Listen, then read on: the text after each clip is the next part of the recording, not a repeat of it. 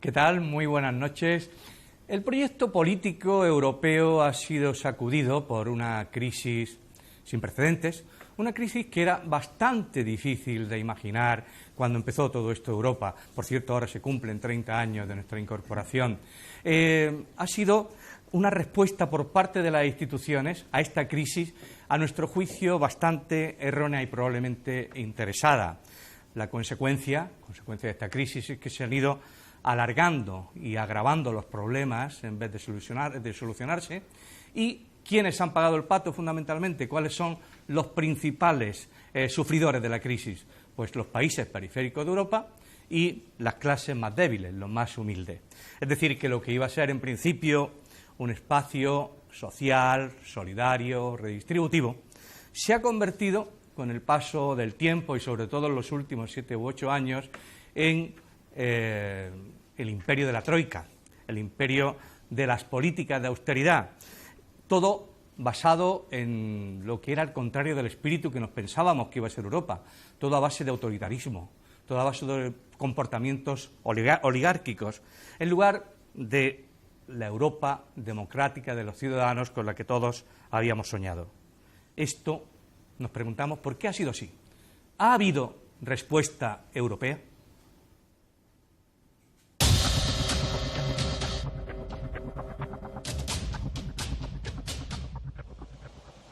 Ha habido una respuesta europea tardía, pero haberla la ha habido. El problema es si era la buena respuesta.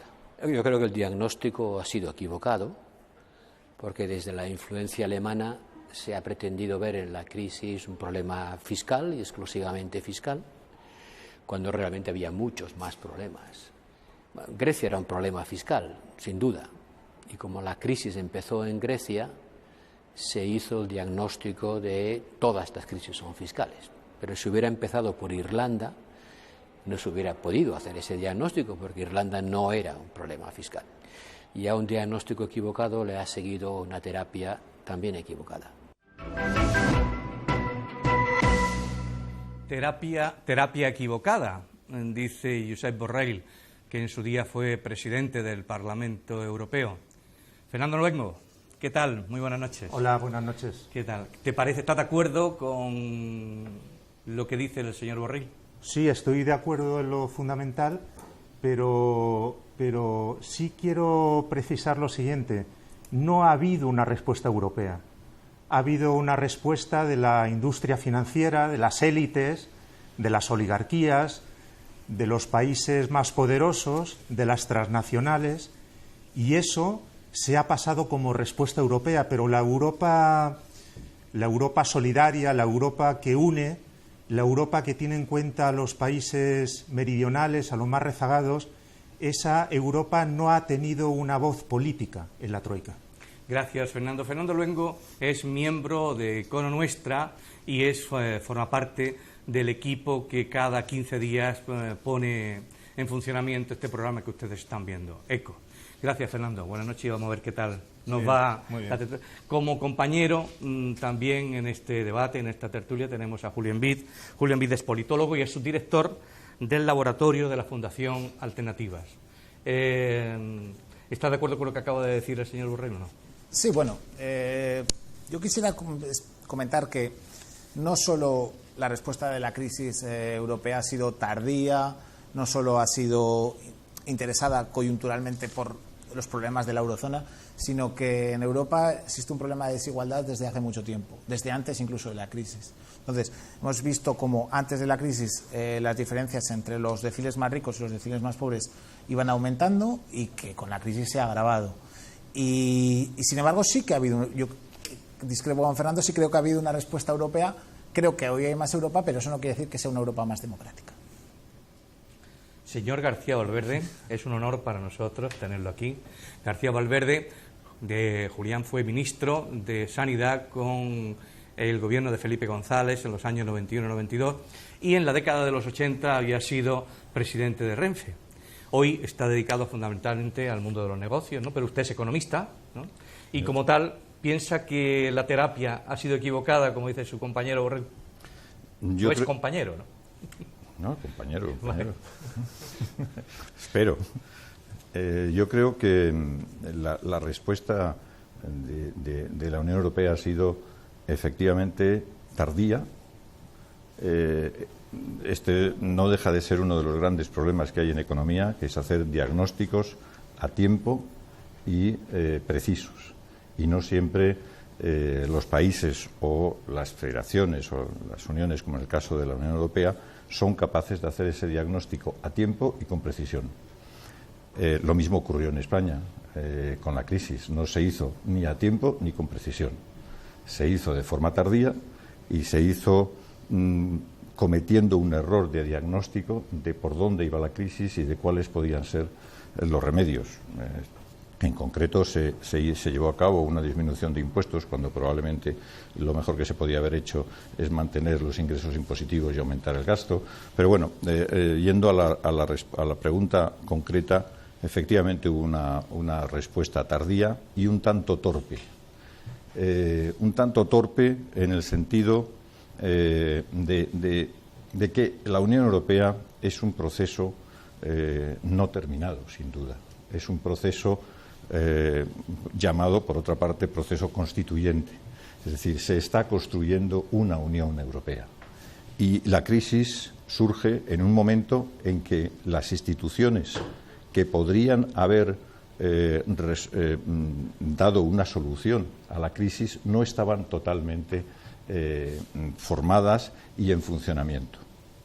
Es un poco maligno decirlo, pero algunas de las instituciones que la Unión Europea necesitaba y no habían sido puestas en marcha, han sido puestas en marcha precisamente a causa o por razón de que se ha producido esta crisis.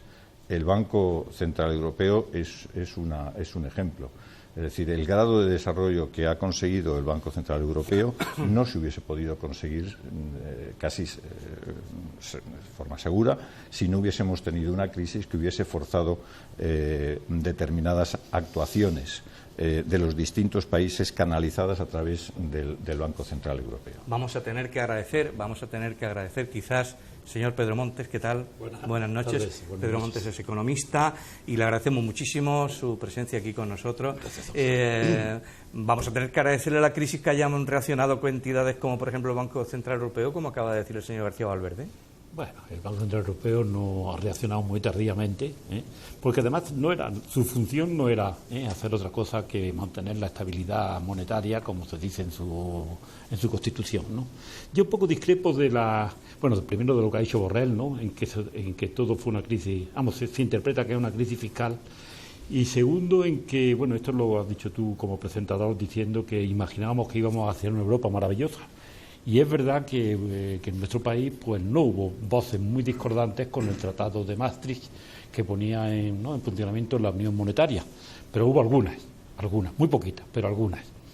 Y lo que tengo yo que decir de todo este proceso de integración europea a partir del Tratado de Maastricht es que el Tratado de Maastricht estaba muy mal concebido, ¿no? Y eso hoy es un reconocimiento casi general, primero porque hay unidad monetaria, no hay unidad fiscal, segundo porque se mezclaron demasiados países con muchas desigualdades, y tercero porque cuando llegó el momento de poner la Unión Monetaria en marcha, pues se dio una especie de aprobado general, y allí entró Grecia, entró Irlanda, entró España, etcétera, etcétera, con las famosas condiciones de convergencia, que no es que se cumplían, sino que dijeron, bueno, a todo el mundo adentro.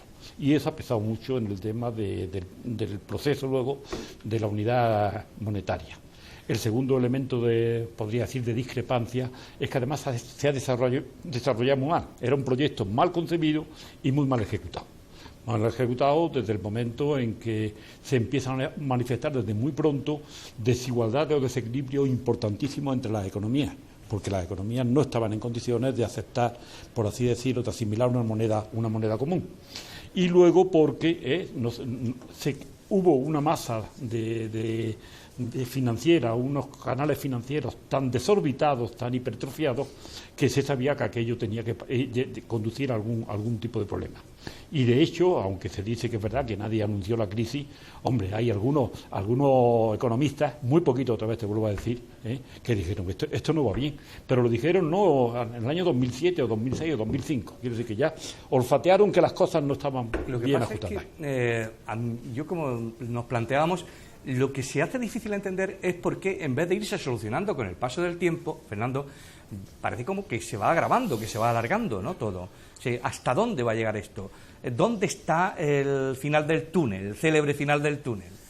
Bueno, se va alargando y se va agravando porque en mi opinión, porque los problemas que estaban en el origen y en el corazón de la crisis no se han resuelto, ni han entrado en la agenda política.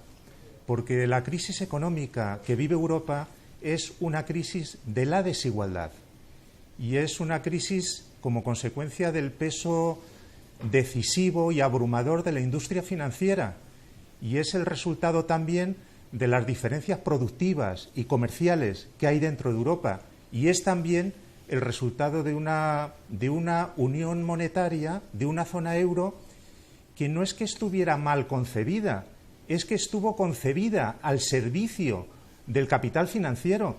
Es que el problema no es que no se haya completado o que haya nacido con carencias institucionales, es que nació con la institucionalidad que pedía la industria financiera y sirvió para que se desarrollase hasta niveles extraordinariamente grandes todo lo que tiene que ver con el nicho financiero, con el casino. Y esos problemas que estaban en el fondo de la crisis no se han resuelto, han estado fuera de la agenda política, porque se nos ha dado el cambiazo, y se ha dado el cambiazo a los pueblos, y se ha presentado la crisis como si fuera el resultado del problema de los costes laborales y el problema del sobreendeudamiento público y el problema de las periferias, y nos han dado gato por liebre en el diagnóstico. Ni que decir tiene que, aunque yo les vaya repartiendo fuegos, si ustedes discrepan, pueden cortarse sin ningún problema, claro. Yo sí quería comentar esto que ha dicho Fernando. Y sí que hemos tenido dos economías, una para el norte y otra para el sur.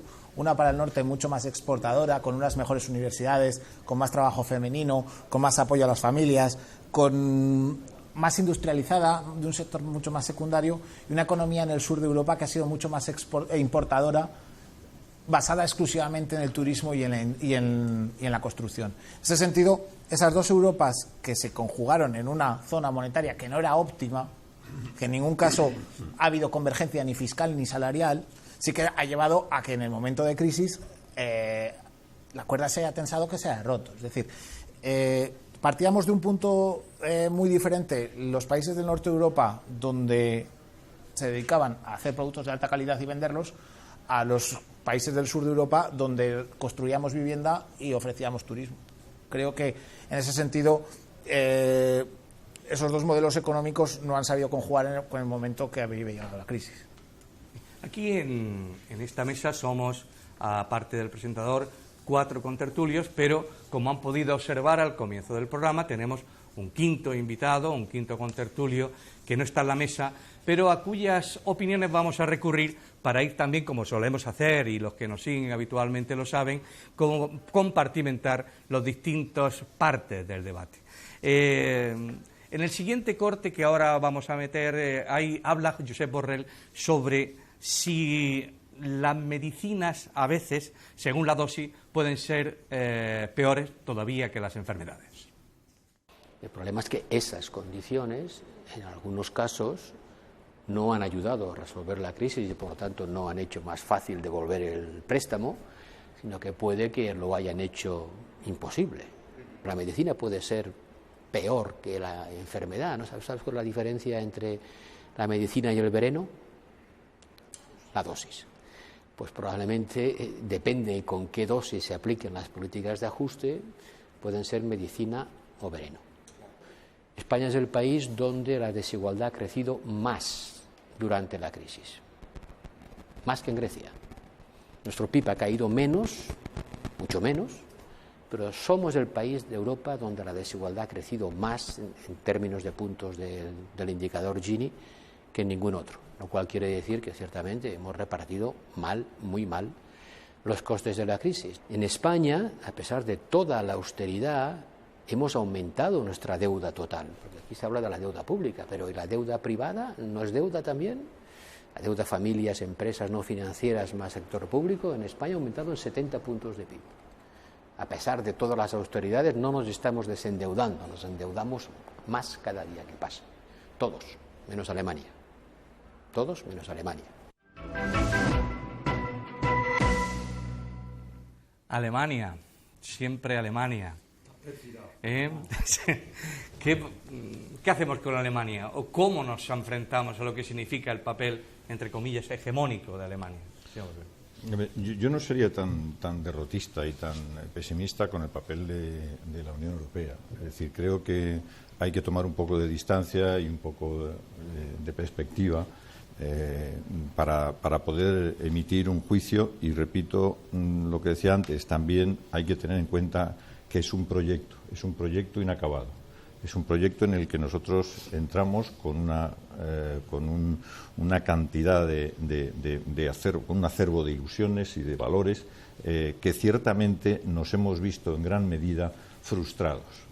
No voy a poner en duda que hay una Unión Europea de los mercaderes, es evidente, es una realidad. Pero también es cierto que hay una lucha permanente entre esa Europa de los mercaderes y una Europa que quiere algo más, que quiere introducir los criterios y los valores sociales de igualdad. Pero no le dejan. Bueno, no le dejan, es decir, depende del momento y depende de las etapas. Yo creo que es un avance y retroceso, pero yo diría que como saldo yo no estaría en disposición de decir que el saldo es negativo durante los años o a lo largo de los años en que hemos estado inmersos en la Unión Europea. No creo que sea ese el caso. Lo que sí es cierto es que, como decíamos al principio, se ha fallado en el diagnóstico y además se ha hecho tarde. Pero además lo que ha ocurrido, y esto no hay que olvidarlo, es que no podemos pensar que todos los problemas que tenemos como nación, como país, los tengamos que resolver en la Unión Europea o la solución venga de ahí.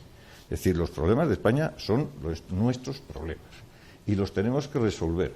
El problema puede venir cuando a la hora de resolver o de diagnosticar y de poner las medidas para resolver los problemas nos encontramos con que Europa no nos proporciona la plataforma adecuada para llegar a esa solución. Eso es lo que puede haber estado ocurriendo con el famoso tema de la austeridad. Es decir, la austeridad ha sido algo claramente... Me permite, ha sido y es, porque ahí siguen insistiendo. Siguen existiendo, pero yo creo que las cosas son un poco distintas. Lo que pasa es que los efectos de la dosis, en este caso, no ha sido, digamos, homeopática, en palabras de Borrell, sino masiva. Las dosis han sido muy letales y las consecuencias han sido muy graves. Entonces, nos va a costar trabajo remontar el problema del desempleo, el problema de las desigualdades y todo lo que ha sido la consecuencia. Pero es que además yo desde el principio nunca he estado convencido de que la austeridad era una solución. ¿Estamos de acuerdo con...? No, muy en desacuerdo. Bueno, digo porque seguramente somos compañeros desde hace muchos años, pero no nos hemos visto en los últimos tiempos con la frecuencia de vida, a juzgar por las discrepancias que tenemos. ¿Vale? Digo porque... No, vamos a ver. Yo tengo una concepción de que esto es la crisis, evidentemente una crisis de esta envergadura y de estas repercusiones no puede tener una causa única, es todo un problema muy general y vamos, afectado también por la situación internacional, por así decir, la crisis la provoca, ¿no? El hundimiento del banco Lehman Brothers, ¿no? Pero y a partir de ahí se desencadenan todos los problemas de la crisis actual en el mundo, por un lado, bueno, en el financiero en el mundo y en Europa. Pero la crisis ya la había gestado Europa, y como digo, la había gestado por el euro, porque se combinaron economías tan diversas, con tantas desigualdades, como ha señalado el compañero que ha venido a contarnos. Eso es que cómo podían meterse economías con una capacidad exportadora tan y tecnológica y con eso una acumulación de capital tan intensísima, con economías que tenían que vivir del turismo o menos casi del turismo, como puede ser el caso de Grecia. Y eso provocó unas desigualdades desde el primer momento que eran insostenibles. La balanza de pago, la balanza por cuenta corriente, arroja unos porcentajes de déficit para unos países y de superávit para otros, que eso naturalmente era insostenible. ¿Qué pasó? Que al principio todo era muy fácil, ¿no? Todos éramos deudores jóvenes, el euro nos facilitaba, ¿no?, acudir a los mercados y parecer que todos eso nos endeudábamos. Pero tampoco nos apretaban las tuercas tanto, ¿no? No, porque el euro era idéntico, el euro alemán y el euro español o el euro griego eran idénticos al principio, pero claro, eso era al principio. cuando se va desarrollando el proceso de crecimiento de la Unión Europea y los años, se demuestra que aquello era insostenible, con un problema, y es que entonces las economías habían acumulado una masa de deuda tal que hoy los problemas que teníamos inicialmente, es decir, no debíamos haber entrado en la Unión Europea, imagínate. Hoy el problema no es que no debiéramos salirnos, pero es que si decidiéramos salirnos, cosa que es bastante razonable y es bueno, y hay mucha gente que lo apoya, es que nos deja una masa de problemas que no sabemos cómo solucionar, entre ellos el problema de la deuda. Señor Luengo. Perdón. Bueno, sí, vamos. Bueno, claro, es muy difícil en tan poco tiempo decir cosas que son muy complejas, pero quiero insistir en un asunto. El proyecto europeo en cuestiones muy importantes ha fracasado estrepitosamente. Evidente. Pero no es un problema de que no se haya avanzado lo suficiente. Es que el euro ha provocado, aunque yo no comparto el diagnóstico de que el euro sea el único problema, pero es que en el periodo del euro las diferencias productivas y comerciales entre los países del norte y los del sur ha aumentado muchísimo. Es que en lugar de convergencia, que era el leitmotiv del proyecto comunitario, en lugar de convergencia ha habido divergencia.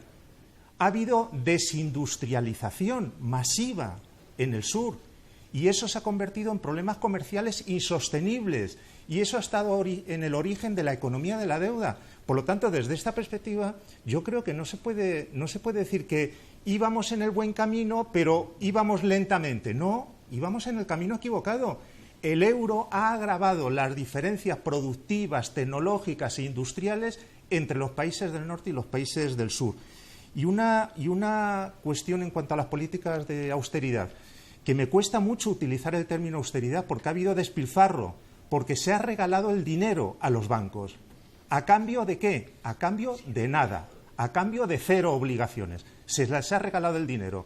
Pero las políticas de austeridad han sido erróneas porque han encerrado a las economías en un bucle, pero sí han servido, y luego creo que hablaremos un poco más del asunto, han servido estas políticas para que se consolide en Europa y en España, especialmente en los países periféricos, un capitalismo extractivo. Es que las políticas de austeridad han permitido y han creado las condiciones para una redistribución de la renta en favor de las élites. Y ojo a lo que plantea Borrell.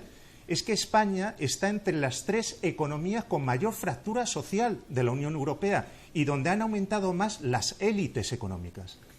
Creo que había ganas de replicar por aquí, ¿no? Sí que me gustaría matizar. A mí no me parece que el euro sea el problema. El euro es lo que permite ver los problemas que realmente tiene la economía española y que no ha resuelto que son los problemas de siempre, de toda la vida, y que siguen estando ahí y que se reflejan en la medida en que ahora el euro evita tener la palanca que hemos utilizado siempre de la devaluación para ajustarnos de los problemas de déficit presupuestario y de déficit comercial. Estos son los dos verdaderos problemas. El euro no tiene la culpa de esos dos problemas. Simplemente lo que hace es que en la medida en que no puedes devaluar, en la medida en que tienes que tener una disciplina de otro tipo y que estás constreñido en tus distintas políticas económicas, pues bueno, tienes, digamos, unos déficits que tienes que solucionar de otra forma. Cuando se habla de nuevo modelo productivo, nuevo modelo económico, y yo creo que lo que hay que insistir es en el nuevo modelo de los factores de producción que nos pueden asegurar el futuro económico óptimo. Es decir, yo creo que no se puede hacer una foto de cómo quieres la economía y cómo quieres el país si no tienes la foto de qué recursos humanos quieres tener, qué investigación y desarrollo quieres tener, cuáles son las elecciones que tienes que hacer en cuanto a economía del bienestar. Eso se tiene que plasmar en un modelo tributario, en un modelo que elimine el déficit permanente que ahoga de forma sistemática al país. Y luego, si quieres, vemos con el tema del déficit exterior. El señor Envid tenía ya interés en participar. En ese sentido, yo creo que en Europa, y sobre todo en el sur de Europa, en el momento que entramos en el euro, nos creamos una frustración porque pensábamos que íbamos a converger en derechos, en salarios, en fiscalidad, y esa frustración de hoy en España a 12 pagas el salario mínimo es de 748 euros y en el norte de Europa es de 1.400, esa frustración se ve en las estadísticas sociológicas. Quería introducir un dato, que es el dato del Eurobarómetro, la evolución que ha habido desde el año 2007, antes de la crisis, al 2013, después de la crisis. España, que era uno de los países más europeístas de todos, tenía un más 42 de personas favorables, porcentaje, a favor de la Unión Europea, y ahora hay 50%, 50 puntos menos de los que rechazan a la Unión Europea de los que están a favor de ella. Y eso mismo ha pasado en Grecia, que ha pasado de un más 26 a un menos 56, o en Portugal de un más 41 a un menos 43. Esa frustración de los países del sur es por no haber logrado con el euro los objetivos que se nos ofrecieron. Perdóname un poquito, sí. Y os doy paso enseguida porque tal como está derivando la conversación, yo creo que es el momento de introducir otro corte del profesor Borrell a propósito de la Europa del descontento o de la Europa del escepticismo o de la eurofobia. Veamos. Yo diría eurodescontento, ¿no? La gente yo creo que nadie dice no queremos Europa por el momento todavía, pero estamos descontentos con esta Europa. Los griegos, por ejemplo, están muy descontentos, pero no quieren salirse del euro, ¿no? No es que digan, ahora ya no queremos ser europeos ni queremos estar en el euro. No es eso lo que dicen, ¿no? Y Syriza nunca ha propuesto eso, ¿no? Dicen, estamos descontentos con esta Europa y nos gustaría otra, pero queremos seguir en ella. Creo que hay que distinguir el eurodescontento del euroescepticismo o de la eurofobia, ¿no? Porque también nos han salido eurófobos, ¿no? Gente que no es que sea escéptica, es que está radicalmente en contra. Las políticas que se han aplicado para salvar al euro seguramente han debilitado el entusiasmo europeísta de la gente. Es posible que hayamos salvado el euro, pero a costa de sacrificar el proyecto político de Europa. Eso suena duro, ¿no? Salvar el euro a costa de sacrificar el proyecto político de Europa. El euro yo creo que no se va a salvar. Es algo tan perverso. Esto lo tengo muy claro. Esto es la verdad. Digo, evidentemente que lo tenga claro no significa que vaya a suceder. Pero en fin, en mis convicciones está que el euro no se va a salvar. Es más, no merece salvarse. ¿Cómo se va a llamar la nueva moneda española? Peseta. Sí, ¿otra vez? Bueno, peseta. Y si no, cualquier cosa que nos metemos. Bueno, el euro no se va a salvar. Quiero decir, por una cuestión elemental. Algo que ha creado esta crisis tan política tan profunda en Europa, con estas desigualdades sociales que estáis hablando, y cuando trasladamos las grandes cifras a ver lo que está ocurriendo en los países, de verdad hablamos de dramas, sino tragedias, como ocurre en el caso de Grecia. Pero es que además mi opuesta es la siguiente: es que si queremos salvar a Europa y imprimirle algún otro carácter distinto a lo que hemos hecho hasta ahora, hay que desmontar la unión monetaria, desmontarla. Y sería muy razonable que en lugar de que se desmonte por la vía de las convulsiones, en lugar de que Grecia haya que echarla dentro de 10 días o 20 días, o se vaya a ella o no, vamos a ponernos de acuerdo a ver cómo se desmonta, como digo, algo tan perverso construido en Europa como es la cuestión de la unión monetaria. Lo que pasa es que va a ser muy difícil porque, como tú has señalado antes, cuando se montó el euro no era una cosa neutra, no era una cuestión... Qué bonito esto era una moneda única, como nos vendían, que podíamos viajar a Francia, no los que van a Francia, o a Alemania, sin tener que cambiar. Y eso no se va a sostener. De todas maneras, señor Monte, a mí como profano, yo no soy economista, me suena que eso es muy serio. Me suena que es muy complicado. No sé qué piensan los expertos, Fernando. Fíjese, ¿A ti te parece factible, posible? ¿Es deseable o por el contrario es una ruina? Además no es deseable, es inexorable. Inevitable. Yo no lo planteo en esos términos de que sea ni deseable ni inexorable, pero lo cierto es que el margen que hay ahora mismo con la Europa realmente existente para hacer políticas al servicio de la mayoría social, ese margen se reduce continuamente. De esto hay que sacar una lectura catastrofista o que el euro no pueda sobrevivir o que debamos abandonar el euro. Yo no llego a ese punto, pero que me parece evidente que la refundación que se ha producido en Europa, que se ha producido una refundación de Europa y del propio capitalismo europeo, es una refundación al servicio de los capitalismos del norte, de los ricos, de las élites, de las oligarquías, Y el ejemplo de Grecia es palmario, es evidente. Y el de las periferias, no solo de Grecia, porque se pone a Syriza, el de las periferias, que hay una rigidez institucional, pero además hay unos intereses enquistados en Europa que están impidiendo que emerja una Europa social, redistributiva, progresista y que tenga en cuenta a la gente. Y efectivamente, sin defender y sin creer que el euro vaya a desaparecer, pero yo creo que es evidente que para hacer otra política distinta hay poco margen y que las políticas de austeridad en su sentido más profundo han llegado a Europa para quedarse. Aunque se hayan flexibilizado un poco, han llegado para quedarse. Y pero a toda Europa, Fernando. Sobre todo los países, sobre todo en los países del sur, pero no olvidemos que en los países ricos, en Alemania, gran parte de los trabajadores, una parte muy importante de los trabajadores vive en la línea de la pobreza. Porque ¿qué es Alemania? Alemania es su gente. Y una parte de los trabajadores vive en situación de precariedad. Y por lo tanto, el problema no es solo norte-sur, el problema es las diferencias sociales que hay dentro de Europa. Sí, yo quería añadir que, como hablábamos al principio, que estas soluciones de la gobernanza del euro son temporales, es decir, son un parche para esta crisis, que a lo mejor cuando llega otra crisis se vuelven a tomar otras medidas que son diferentes. Pero son medidas que, de todos modos, por darle un matiz positivo para un europeísta, han federalizado un poco más Europa, en el sentido de que le han dado más poder a las instituciones europeas frente a los Estados. En ese sentido, creo que medidas como el MEDE, que es el Mecanismo Europeo de Estabilidad, que se creó en 2012, que es el que crea la Troika y que es el que analiza la sostenibilidad de la deuda de los países, es más poder para esa Europa federalista que hablábamos en los años 80 y menos poder para los Estados. Es una hoy por hoy Europa tiene más poder que antes de la crisis. Las instituciones europeas al menos. Es decir, hoy por hoy las instituciones europeas, ya sea vía Six-Pack, vía Two-Pack, pueden controlar más a los Estados, aunque haya sido de una manera no deseada, es decir, aunque sea una manera de controlar la austeridad de los no hay vuelta atrás. Pero hoy tiene más poder Europa que hace 5 años. Sin duda. Es decir, si la crisis ha hecho algún favor, ha sido el de fortalecer o el de permitir el fortalecimiento de algunas instituciones y el crear el camino para completar ese fortalecimiento. Es decir, el Banco Central Europeo no tiene nada que ver hoy con lo que se había pensado.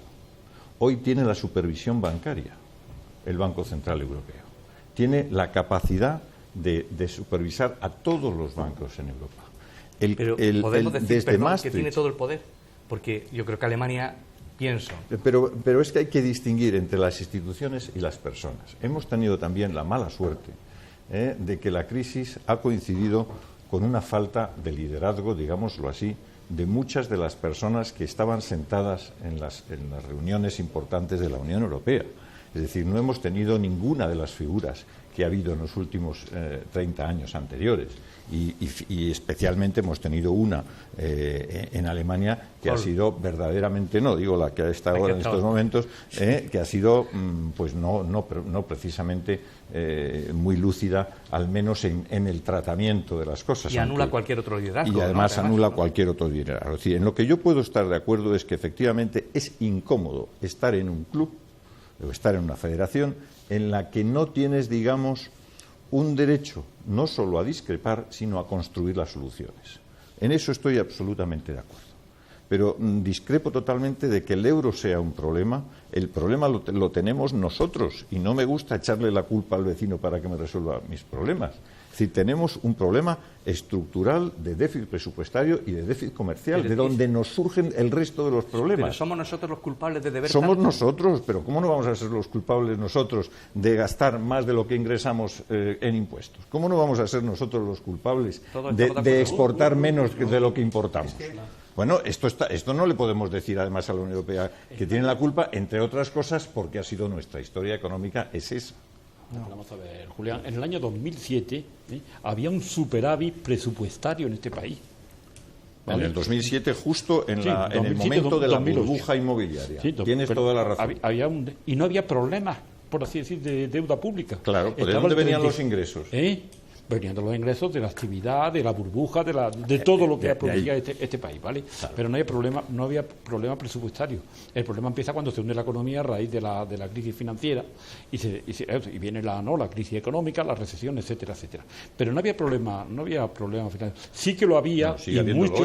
Hoy lo tenemos. No, ahora sí, claro, porque ¿qué? Cuando viene la crisis y se hunden los ingresos del Estado de la forma tan rotunda en que se hundieron, pues normalmente, y los gastos tienen una estabilidad inevitable, como consecuencia de lo que paga, pues se ha producido un déficit enorme. Pero en aquel año, en el año 2007, yo creo que la deuda pública representaba algo así como el 35% del PIB. Sí. Claro, en una economía que pasa del 35 a más del 100 ya, porque ya hablan del 100, pero en fin, es igual. Esto es lo que se ha convertido en inevitable e inexorable. Y luego está el déficit, que está referido al déficit, ¿no?, de la balanza de pago. Si es que tú formaste parte del primer gobierno socialista, ¿no? Fernando, por favor. No pasa nada porque conversemos un poquito más. Porque lo primero que hizo el primer gobierno de Felipe González fue devaluar la moneda. ¿Sabes cuánto era el déficit? Sabes, no te estoy examinando, perdóname. No, que en aquel instante el déficit era, me parece, como del 3,1%. ¿Y qué hizo Felipe González? Digo, hay que devaluar, ¿no? Y devaluó para tener un margen. Fue Boyer. Pero el jefísimo era, ¿no? El jefe máximo era el otro, Pero tiene razón, porque de nada. No, pero en el tema del déficit es que es un lugar común, se ha convertido en un lugar común. Decir que el problema es el déficit. El problema es el déficit provocado por la crisis y por la gestión errónea de la crisis. Es que en el origen de la crisis, en absoluto, está el déficit público. Si es que había una situación, pero no solo por la burbuja, por el crecimiento, es que había una situación relativamente saneada. Y como consecuencia del hundimiento económico y de que se han activado los estabilizadores automáticos, como consecuencia de todo eso, ha aumentado el déficit. Pero no nos equivoquemos, el déficit no es el origen y no estamos saliendo de la crisis. Pero ¿cómo se puede afirmar que estamos saliendo de la crisis con una fractura social de dimensiones históricas en España? ¿Cómo se puede afirmar que estamos saliendo de la crisis cuando el crédito no ha vuelto ni a las familias ni a las empresas? Está acudiendo con cuentagotas. En fin, una idea sobre el tema de la refundación europea es que las líneas rojas no se han superado en absoluto. El papel del Banco Central no se ha replanteado como debiera ser. Y el papel de Alemania y la penalización a los países que tienen superávit estructurales crónicos tampoco se ha abordado. Si es que los desequilibrios de fondo institucionales, por no hablar de otro, los desequilibrios institucionales están ahí intactos. Hay un federalismo bancario, pero no hay un federalismo democrático en la Unión Europea. Y mientras nosotros no abordemos eso, estamos donde estábamos. Yo, antes de pasar al siguiente tema, no sé si en este caso usted quiere replicarle a sus compatertulios. Yo creo que son tesis conocidas. A mí me parece que el euro ha sido un elemento, digamos, positivo en la historia de nuestro país. Insisto en que irnos del euro y volver a la peseta o al doblón no soluciona nada en absoluto. Es decir, lo único que te permite es tener una palanca de política económica más como la que tenías antes, que es devaluar y hacer política monetaria. Y política monetaria. Son las dos cosas que te permite, devaluación y política monetaria. Pero nuestra historia de devaluaciones no es precisamente un ejemplo. Es decir, una devaluación es algo traumático que refleja el fracaso de una política económica. ¿No estarás de acuerdo? No te cuento lo que es un 25% de paro, Digo, efectos de comparar situaciones dramáticas. Podría, digamos, entrar en la discusión si me dijeras, oye, es que salir del euro te va a eliminar las desigualdades sociales y te va a disminuir el paro. Pero es que yo no veo los mecanismos por medio de los cuales eso se produce. Todo lo contrario. Es decir, te quedarías completamente en una autarquía, en una incapacidad de salir al exterior, en un aislamiento que me parece muy peligroso. Está bien. Sí, yo entiendo que puedes valorar, digamos, lo que tiene de positivo tener la palanca de la política monetaria, porque tú haces lo que te parece bien de acuerdo con lo que necesita tu país. Es cierto. Y la política fiscal. Es cierto. Entonces eso lo que plantea, pero en un segundo nada más, es, y ahí puedo estar de acuerdo contigo, es cómo hay que exigir que la política, política monetaria del Banco Central Europeo sea una política del Banco Central Europeo y no de uno o de varios países de Europa. Eso sí que es fundamental. Y eso tiene que ver con los equilibrios de poder en la mesa donde se toman las decisiones, con el prestigio de las personas que están ahí representándonos y con el prestigio del país en su conjunto. Es decir, no cabe duda que hay etapas en las que pesamos más y otras en que pesamos menos por las personas, por quién está en el país, y eso es lo que sí es relevante. Pero yo no pondría en duda la institución, lo que pondría en duda es las decisiones que se toman en esa decisión, el caso que se le hace excesivo a determinadas personas o a determinados países. Eso me parece intolerable. A mí me van ustedes a permitir que yo, tras escucharlos y sobre todo con el dictamen de Fernando Luengo, diciendo que no vamos a salir nunca de la austeridad, yo me sienta preocupado. No, bueno, no lo he dicho de esa manera, ¿eh? Sí, lo he dicho matizando un poco. Sí, pero bueno, digo yo, como ciudadano de a pie y bajando el balón al suelo, hay dos cosas que nos preguntamos los ciudadanos medios. Una es, ¿pero cuánto nos queda que sufrir, por un lado, y por otro, de verdad que hay que pagar esta deuda que en parte, como todos sabemos, no es nuestra, no la hemos generado nosotros, no es culpa de la mitad de la ciudadanía, por lo menos? A ver qué nos dice el profesor Borrell. La sostenibilidad de una deuda no depende solo de cuán grande sea, sino de sus plazos y sus costes. Pero en su conjunto, sí, tenemos un problema con la deuda y sottovoce, y ahora que no nos oye nadie, pues sottovoce, en Europa se reconoce que tenemos un problema y hay voces que piden que tarde o temprano se haga lo que púdicamente se llama una reestructuración, que es una especie de impago parcial. Pero de eso no es de buena educación hablar, y todo el mundo insiste en que las deudas se pagan y estamos intentando hacerlo, y si fuéramos capaces de reducirlas, ¿no sería más fácil pagarlas? Julio, aunque no sea políticamente correcto, Julio, no, parece que es comúnmente admitido, sottovoce, como dice el profesor, que va a haber acreedores nuestros que se van a quedar sin cobrar. Bueno, yo quería abrir una cosa, y es que Alemania no pide a los países europeos que recorten. Alemania lo que pide es que se le devuelva la deuda.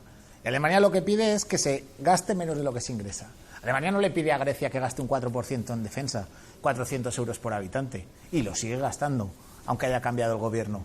Es decir, vamos a ser serios en ese sentido de que los países dentro de la deuda que tienen disponen de una capacidad presupuestaria para ir hacia un sitio o hacia otro, hacia recortar en unos puntos o recortar en otros. Y, por ejemplo, España todavía gasta un 2% en defensa, un tal, que desde otro punto de vista podría decir, pues me quito de aquí y mantengo unas ayudas sociales de otro lado. Es decir, además de que hay una deuda que para algunos casos pueda resultar insalvable, sí que dentro del presupuesto nacional puedes optar por un lado o optar por otro. Alemania no te va a decir recorta de educación, ni la troika siquiera, sino págame. Dicen, compañero, el Fondo Monetario estos días está haciendo indicaciones, entre comillas las indicaciones, porque son instrucciones que habrá que seguir dentro de poco. Y habla de eso, no solo de las pensiones, habla de la regulación, ¿no?, del tema del IVA, y habla de sanidad y sanidad y educación, que hay que recortar la sanidad y la educación. Y claro que ellos, su último objetivo no es que recortemos la sanidad y la educación, su último objetivo es que tengamos condiciones para pagar. El problema de todo esto es que cuanto más aprietas, menos puedes pagar, como se está demostrando, consecuencia de las políticas de austeridad que venimos aplicando. Técnicamente, una deuda, para pagar una deuda hay que crecer. Eso es así. Si no se crece, malamente se puede pagar una deuda. Y tener un excedente, ¿no? En algún momento. Entonces, lo más importante es diseñar, digamos, una política económica que nos permita crecimiento, que nos permita absorción de desempleo, que nos permita una reindustrialización, todo eso. Y con eso se puede pagar la deuda. Yo ni siquiera sottovoce diría de que la deuda no se puede pagar. Hombre, si se puede renegociar, lo que hay que hacer es aprovecharse de los niveles de tipos de interés que hay en estos momentos, y eso te brinda muchísimas oportunidades para disminuir el servicio de la deuda. Pero no me parece que seamos un país que tengamos que estar ni siquiera insinuando sottovoce que tenemos que reestructurar, ni siquiera. Ahí soy claro. ¿Estás de acuerdo, Fernando? No, yo creo que hay que reestructurar de alguna manera, porque es una espada de Damocles. La deuda de las economías periféricas exige un superávit primario que se está obteniendo a costa de reducción drástica del gasto público social. Y, por lo tanto, pagar la deuda significa empobrecer a la gente y hay que reestructurarla. Pero si es que, además, la deuda es el resultado de las políticas económicas, sí, exigidas por Alemania, porque han impuesto un tipo de política económica que ha consistido en bajar los salarios. Es que en España los salarios de los trabajadores, de los menos cualificados, han bajado un 30%. Un 30%. Es que no estamos hablando de poca cosa. Y el gasto social ha bajado también mucho. Y te sigues tú con la palabra, pero te quería añadir. Habéis preparado aquí el equipo de Econo Nuestra y de ECO unos gráficos que ilustran este tipo, que cuando tú te parezca, sí, le decimos cuando quieras. Le decimos al realizador que ilustre lo que tú estás cuando contando. Quieras, ¿no? pero solo la idea de que... Sí. Mira, ahí tienes uno, el primero, que es la productividad del trabajo. Sí, pero los gráficos que nosotros, un par de gráficos que habíamos preparado, van en el sentido de cómo las diferencias durante el periodo de crisis, que ya antes eran muy grandes, durante la gestión de la crisis, las diferencias en tejido industrial, en productividad, en tecnología, las diferencias han aumentado mucho. Y claro, eso está suponiendo una pérdida de capacidad de crecimiento para las economías periféricas que es muy difícilmente recuperable. Sí, hay que reestructurar la deuda, porque pagar la deuda empobrece a la gente. Y la gente no es culpable de la deuda. Si es que la deuda es el resultado de las políticas económicas que ha exigido la Troika. Y vuelvo al tema del pacto fiscal y del PAC fiscal. Si es que todo eso significa institucionalizar la austeridad, que ha ido contra la mayoría de la gente. Hay que cuestionar eso, lo cual no significa, yo no estoy en la salida del euro, pero hay que cuestionar eso, porque esa Europa que institucionaliza la austeridad y que obliga a los gobiernos a aplicar una política económica, porque si no la cierra el grifo de la financiación, esa Europa no nos vale, no le vale a la mayoría social y no le vale a la periferia. Hay que reestructurar de manera ordenada. En fin, Grecia es una de las exigencias que tiene el gobierno de Syriza, que ahí nos jugamos todo, en el gobierno, en lo que suceda en Grecia. Intentan negociar, que la Troika no quiere, intenta negociar una cláusula de crecimiento y una cláusula de exportaciones, vincular el pago de la deuda al crecimiento y al aumento de las exportaciones. Y cierro para decir que el tema del negocio de armamento es el resultado de las estrategias de las transnacionales, de la industria militar y de la casta política. Entonces, claro, todo eso no es que los países compren, y los países no han sido rescatados. Es que en Grecia y en otros países a quienes han rescatado es a los bancos, con dinero de todos, a los bancos, no a los países, porque los bancos privados alemanes y franceses se han retirado y la deuda privada se ha convertido en deuda pública. Entonces, lo que pasa es que estamos con un lenguaje pervertido, con un lenguaje absolutamente contaminado mediáticamente. ¿Rescates de quién? ¿Rescates de los países? En absoluto. Es que rescates de los países, vamos, el Tratado de Lisboa lo prohibía, es decir, que cuando el Banco Central Europeo... No, me refiero, por ejemplo, cuando se habla del rescate a Grecia. ¿No? Rescata a Grecia, no. Rescata a los bancos alemanes y a los bancos franceses. Sí, pero el Banco Central Europeo no puede prestarle a Grecia por su propia definición, por sus propias cláusulas. Es decir, le presta a los bancos griegos, que a su vez le prestan a Grecia. A los bancos alemanes, que le prestan a Grecia. Es decir, que en ese sentido no es que... vale que se le ha prestado dinero a los bancos, pero los bancos después... En ese sentido, quiere decir, hay un flujo de dinero desde el Banco Central Europeo a los países, porque tienen un problema económico, pero para poder mantener su propio nivel. Pero con todo sí que querría decir una cosa, y es mencionar una cosa que ha mencionado Juan Tortosa antes, y es cuando vamos a salir de la crisis. Creo que no solo hay que crecer económicamente, sino que tenemos que aumentar los salarios. Creo que en este país y en el sur de Europa tenemos un problema de bajos salarios. Y se saldrá de la crisis no solo cuando se crezca económicamente y se empiece a pagar la deuda, no solo cuando se cree empleo, sino cuando se cree empleo de calidad. Es decir, tenemos un problema, y es que hoy más de la mitad de los españoles gana menos de 1.000 euros. Y eso hace antes de la crisis, cuando hablabas de un mileurista, no, es que un mileurista casi era de burla. Entonces, hoy por hoy, creo que más allá de las tasas de crecimiento, lo que hay que pensar es en el futuro de los trabajadores y que tengan un mejor salario para que puedan hacer lo que quieran. Es decir, no solo es devolver deuda, como decía Fernando, que se puede reestructurar, sino ni siquiera crear empleo, sino crear empleo y que esté bien pagado. Pero muy brevemente, el valor del político no es tanto decir que el objetivo es aumentar los salarios, como decir el cómo se consigue el aumento de los salarios.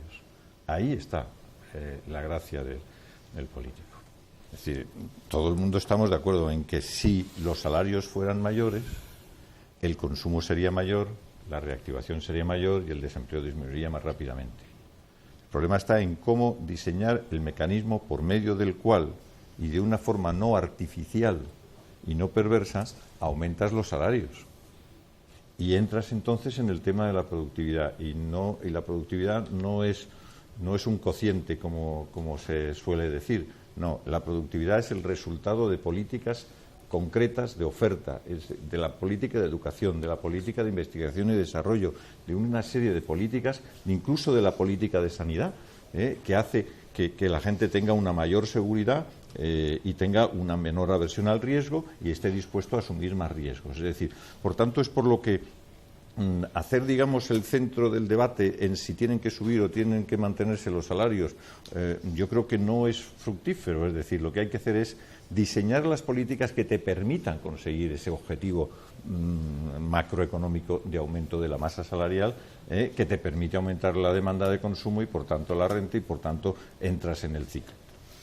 Entre otras, claro, no hacer reformas laborales del tipo de las que no hizo el PP en la última, ¿no?, o la penúltima del PSOE, Porque claro, tú sitúas a los trabajadores en una situación tal de debilidad en la capacidad de negociación que lo que se lleva como consecuencia es la bajada de los salarios y una desregulación del mercado laboral que tiene estas consecuencias, ¿vale?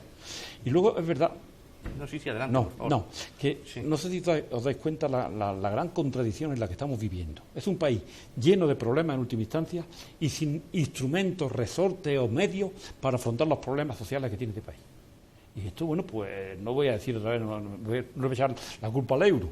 Pero si tenemos todo menos la política monetaria. No, lo único que no tenemos es la política monetaria. No, y la política cambiaria, compañero. Bueno, la política monetaria y cambiaria. ¿Te parecería poco, recordando, por ejemplo, la crisis del sistema monetario europeo del año 92-93, que hubo que devaluar 5 veces?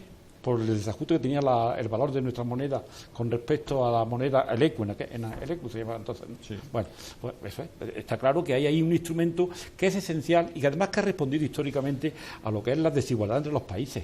Los países poderosos tienen una moneda fuerte, los países más débiles económicamente tienen una moneda más débil. Y con el transcurso del tiempo, los más fuertes van creciendo su valor de la moneda y claro, la base de se me ocurre. Y luego la política monetaria, menuda cosa. Está todo el mundo estrangulado y empresas que podían ser rentables y viables no tienen crédito porque los bancos están ocupados en otras cosas. Y luego no queda nada más y nada menos que la política fiscal, que viene impuesta primero por las directrices de la perversa Merkel, pero también porque este país tiene una deuda ya del 100% de la deuda pública. O sea, no tenemos instrumentos. Y si no tenemos instrumentos, pues podemos cantar misa o podemos hacer lo que nos dé la gana para ver cómo solucionamos problemas enormes. Pero con el mismo déficit puedes hacer una política de investigación y desarrollo mejor que la que se ha hecho en los últimos años. Sí, claro, y no puedes evitar crear la tragedia que se ha formado en este sector de investigación y desarrollo en España, que es trágico, es una auténtica tragedia el desperdicio de recursos humanos que se ha llevado a cabo. Y eso sí que contribuye, digamos, no a corto plazo, a medio y largo plazo, a resolver los problemas que son los que verdaderamente tenemos que resolver. Es que yo creo que no podemos lo que pasa echarle es la culpa permitidme, por favor, el velo monetario. Permitidme, por favor, un minuto, porque ya nos queda más bien poco tiempo y me gustaría todavía aportar a nuestro debate una última reflexión del profesor Borrell, que además coincide con algo que a mí también me preocupa. Es decir, yo creo que hemos estado hablando aquí de la cantidad de diferencias que existen entre los países y eso nos lleva quizás a concluir que es muy difícil hacer algo común en materia económica o política o social cuando hay países tan diferentes y con intereses tan distintos? A ver qué nos dice el profesor Borrell. Hoy los países del sur no creo que tengamos los mismos intereses tan homogéneos, ni los mismos gobiernos, ¿no? Haría falta cambios de gobierno que en Italia, España, Grecia y Portugal tuvieran la misma orientación política y la misma voluntad de oponerse, pero no creo que tampoco tuviéramos la fuerza necesaria. Haría falta contar con más países, ¿no? Francia, que es un país del sur, Francia. Los alemanes cada vez más lo califican así, ¿no? Cada vez más piensan que se está deslizando progresivamente hacia una situación del sur, ¿no? Pero Francia no querrá aliarse con los países del sur para hacer frente a la hegemonía alemana. Más nos valdría a todos que Francia utilizara su influencia política para inflexionar la posición de Alemania en un diálogo bilateral que encabezara a los del sur contra los del norte. Que por desgracia esa es ya una división en Europa hoy. En Europa hoy ya hay una división norte-sur que ha venido a sustituir a la división este-oeste. Hay una división que nos ha alejado de la unión política y ese es el mayor fracaso del euro, no haber conseguido poner las bases de una unión más política, no diré yo una unión política, sino más política, porque no ha creado confianza entre nosotros. Y para que haya una unión política hace falta confianza mutua, ¿no? Y hoy hay menos confianza entre los europeos que la que había antes de la crisis. ¿Y recuperaremos esa confianza, Fernando? Bueno, yo por donde vamos no soy muy optimista, pero yo creo que se necesitaría un volantazo muy grande a lo que se está haciendo ahora mismo en Europa. Yo creo que ahora mismo se necesita una especie de plan de emergencia en Europa, que pasa por una refundación distinta de la Europa que está emergiendo de la crisis. Se necesita otra institucionalidad y hasta cierto punto un proceso constituyente que supere las líneas rojas. Antes mencionaba el tema de Alemania, pero es que un problema para que funcione una unión monetaria es cuando algunas economías tienen un superávit tan grande. Es imposible que funcione ordenadamente una unión monetaria, aunque sea beneficioso para las empresas alemanas. Necesitamos otra institucionalidad, necesitamos otro Banco Central Europeo con otros objetivos, con otras políticas, necesitamos que el Banco Europeo de Inversiones tenga otro papel, necesitamos que se generen instrumentos de deuda mancomunada, pero necesitamos también, y en mi opinión es una prioridad enorme, un plan productivo y social financiado con fondos comunitarios destinado a las periferias europeas. Es imprescindible. Ese es el kit ahora mismo de la reconstrucción europea. Pero no solo es bueno para las periferias, es que eso es necesario asimismo para el norte. Y eso permite dotar de una nueva legitimidad democrática de la que carece ahora mismo Europa, y necesitamos lo que está pidiendo Syriza, una conferencia europea para la reestructuración de la deuda, porque eso tiene que estar en el centro de la política, porque sin una reestructuración de la deuda no es posible hacer una política económica para la mayoría social. Por lo tanto, para mí, nueva institucionalidad, plan de emergencia y conferencia europea para la renegociación de la deuda. Valga a modo de conclusión, estamos ya en los últimos minutos y si eres tan amable, Envid, en un minutito nos resumes también tus conclusiones. Dice en su libro ¿Quién gobierna en Europa?, José Ignacio Torreblanca, que los ciudadanos del sur solo aceptarán ceder más soberanía de la Unión Europea si ésta sirve para tratar sus verdaderos problemas de desempleo, de salarios bajos y de falta de crecimiento, no para garantizar más poder para los acreedores. Yo creo que en ese sentido no solo tenemos que ser conscientes de que cuando cedamos competencias nos ayuden a los países del sur a crecer y a salir de la crisis, sino que nos garanticen mejores derechos, mejores salarios y una convergencia con los países del norte. Creo que no solo es una cuestión de diferencia norte-sur, sino que el objetivo tiene que ser que todos los europeos, nazcan donde nazcan, tengan los mismos derechos y las mismas libertades. Señor Montes, sus conclusiones. Mis conclusiones son, bueno, pues casi las he expuesto un poco con cierta rotundidad a lo largo de esto. Hay que, en el caso de nuestro país, salirse del euro, ¿vale? Y recuperar la soberanía económica. La soberanía económica significa tener una moneda con un tipo de cambio para poder equilibrar la balanza de pago. Necesitamos tener una política monetaria propia para poder atender las necesidades crediticias financieras del país, y necesitamos una política fiscal que pasa por no seguir haciendo austeridad y recortes. Esa política pondrá en marcha, pues por ejemplo, a los pensionistas se les quitará el miedo de las pensiones, a los funcionarios dejarán de reducir los salarios, a las instituciones públicas, estas que acabamos de inaugurar, podrán hacer obras de algún tipo más de infraestructura y más de largo plazo. Y eso pondrá en su momento la economía, o lentamente, la economía en marcha. Y cuando pongamos la economía en marcha estaremos en condiciones de afrontar problemas que hoy están, digamos, absolutamente fuera de nuestro alcance. No podemos hacer nada. Si es que lo malo es que tenemos problemas terroríficos y no tenemos soluciones, no tenemos medios para afrontar la realidad. Por lo demás, decir, bueno, que mis posiciones son muy minoritarias todavía, pero en fin, vamos horadando, ¿no?, las rocas de alguna gente que piensa que el euro ha sido una maravilla, cuando yo pienso que el euro ha sido un desastre. Y luego además pues se van constituyendo eso, reuniones a nivel europeo y reuniones a nivel, digamos, de nuestro país, que están proponiendo justamente la salida y un poco reducir la globalización y la mundialización. Es que no hemos ido de madre, por así decir, en los fenómenos estos que no hemos controlado, y que esto depende efectivamente de poderes que están por encima de los poderes de los pueblos. ¿Nos hemos ido de madre, señor García Valverde? Bueno, en la burbuja inmobiliaria nos fuimos de madre, en otras cosas no lo sé, pero en esa seguro, y estamos pagando las consecuencias. Y yo creo que nosotros tenemos puertas adentro muchas cosas y mucha tarea que hacer para resolver muchos problemas. Creo que no podemos esperar toda la solución de nuestros problemas a Europa ni al euro. Creo, en cambio, que con un programa económico solvente y con un liderazgo, España puede hacer muchas más cosas de las que ha hecho en los últimos años. Es decir, el poder específico, el peso específico de España no ha sido lo suficientemente grande como para inducir una dirección más favorable para nuestra economía y para nuestro futuro. Y, por último, incidir en que lo importante es diseñar un modelo de crecimiento con el apoyo de la Unión Europea que resuelva los verdaderos problemas. No nos olvidemos, los temas monetarios son importantes, pero la economía real es la que realmente hay que arreglar para aumentar el bienestar de las personas.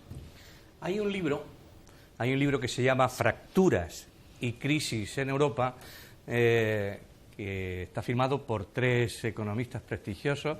Uno de ellos tenemos la suerte de tenerlo hoy aquí con nosotros, Fernando Luengo, y también los otros 2 autores son Jorge Usó y Nacho Álvarez. Es un libro que les recomendamos. Ya saben que siempre, cuando terminamos este programa, tenemos la costumbre de recomendarles un libro, sobre todo porque tenga alguna relación con lo que también hemos estado hablando aquí, por si les interesa continuar ilustrándose. Les puedo asegurar que el libro es lo suficientemente interesante como para, por lo menos, molestarse en hojearlo, ver el índice y por lo menos alguno de los apartados, con toda seguridad les gustará. Está editado por Clave Intelectual y está en las librerías, o sea que lo pueden encontrar con una cierta facilidad.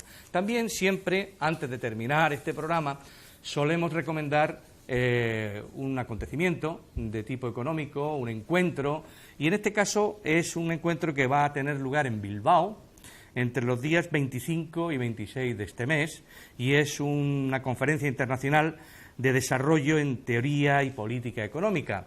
Se lo decimos por si acaso no solo la gente que viva en Bilbao, sino gente que tenga planificadas ya vacaciones antes de tiempo o tenga ganas de pasarse un par de días en una ciudad estupenda, pues pueda también ilustrarse, que creo que es bastante interesante si se toma la decisión. Dentro de 15 días tenemos pensado en ECO llevar a cabo el programa con el que se cerrará la temporada. Será un programa dedicado a cómo repensar la economía y será un programa en el que ya por fin volverá mi compañero Iván Ayala y en el que espero además también que no estemos solo, que por un asunto de género, que él sea más hábil de lo que hemos sido nosotros para conseguir equilibrar la mesa y que haya tantas mujeres como hombres, o por lo menos, en este caso, más mujeres, porque estamos en deuda. Así que esto es ECO, les esperamos el día 29 a las 8:30 y hasta entonces, muy buenas noches y muchas gracias.